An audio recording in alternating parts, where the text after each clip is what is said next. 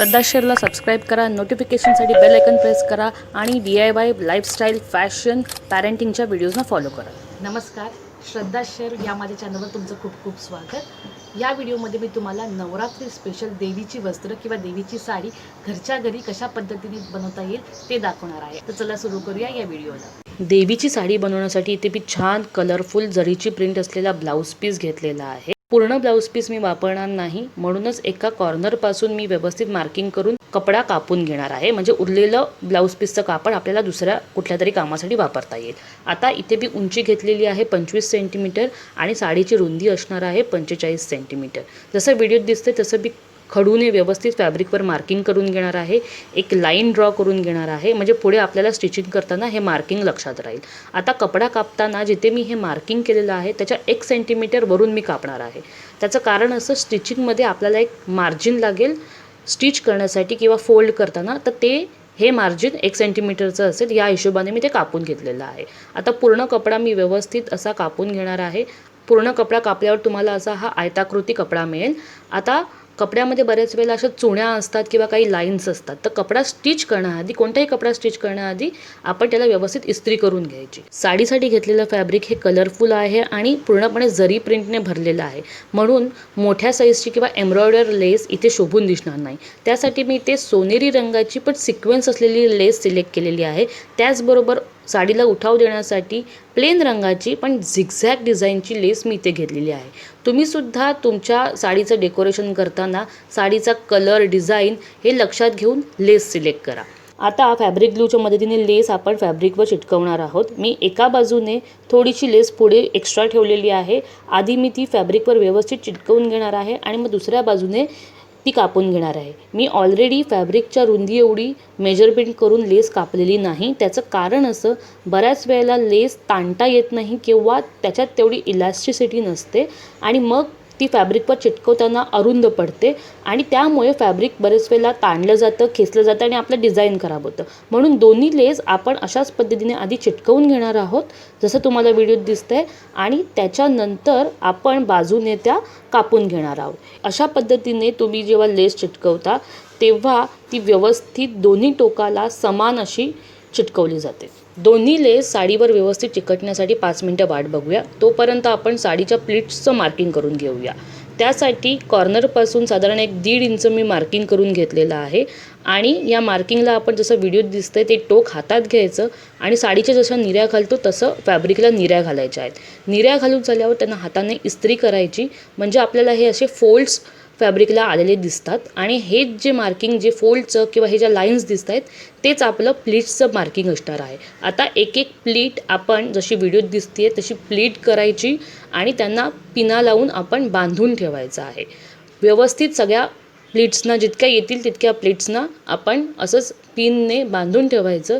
जोपर्यंत आपली साडी पूर्ण स्टिच होत नाही तोपर्यंत या पिना आपल्या प्लीट्सना व्यवस्थित धरून ठेवतील. तोपर्यंत या पिना अशाच ठेवायच्या आहेत. इथे माझ्या साडीला मी 4च प्लीट्स घेतलेल्या आहेत. तुम्हाला हव्या तर तुम्ही जास्त प्लीट्ससुद्धा घेऊ शकता.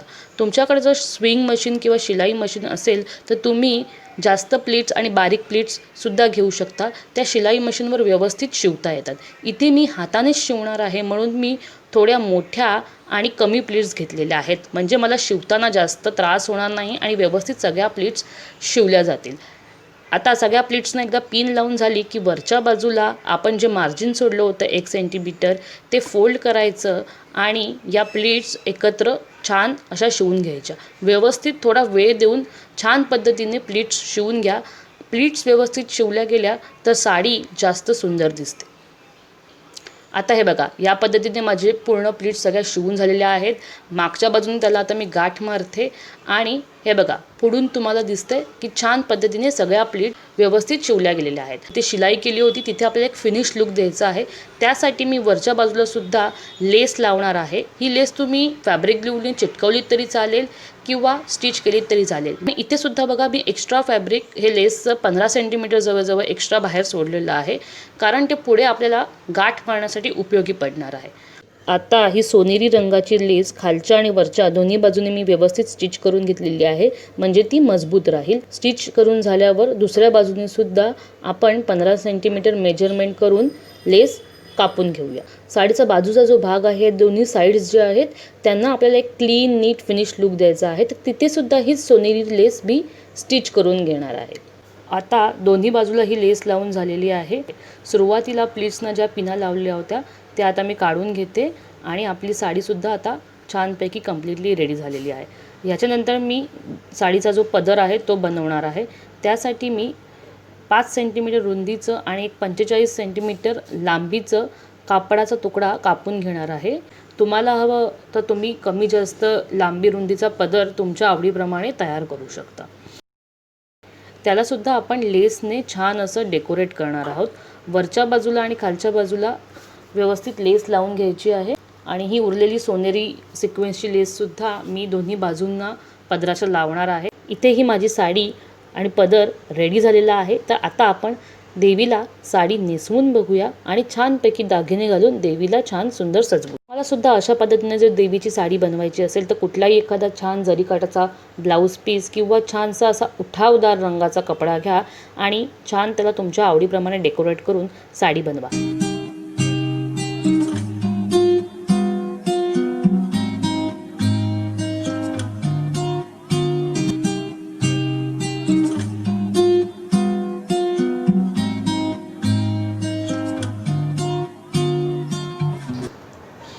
तर अशा सोप्या पद्धतीने मी घरच्या घरी देवीची साडी तयार केलेली आहे. आय होप तुम्हाला हा व्हिडिओ आवडला असेल आणि आवडला असेल तर तुम्ही सुद्धा ही आयडिया घरच्या घरी ट्राय करून बघा. आपण मार्केटमधनं सुद्धा छान वस्त्र किंवा साडी आणू शकतो देवीसाठी, पण स्वतःच्या हाताने जेव्हा आपण बनवतो तेव्हा मनाला एक वेगळंच समाधान. आणखीन एक गोष्ट म्हणजे या व्हिडिओसाठी मी खास गुजराती पद्धतीची साडी नेसलेली आहे. तुम्हाला पण जर गुजराती पद्धतीची साडी नेसायला शिकायची असेल तर यानंतरचा व्हिडिओ बघायला विसरू नका. त्यासाठी माझ्या चॅनलला सबस्क्राईब करा आणि बेल आयकनला प्रेस करा, म्हणजे तुम्हाला माझ्या व्हिडिओची नोटिफिकेशन्स मिळतील. आणि श्रद्धा शेअरतर्फे तुम्हा सगळ्यांना नवरात्रीच्या खूप खूप शुभेच्छा. व्हिडिओ आवडला असेल तर व्हिडिओला लाईक करा, शेअर करा आणि श्रद्धा शेअरला सबस्क्राईब करायला विसरू नका. Thank you for watching.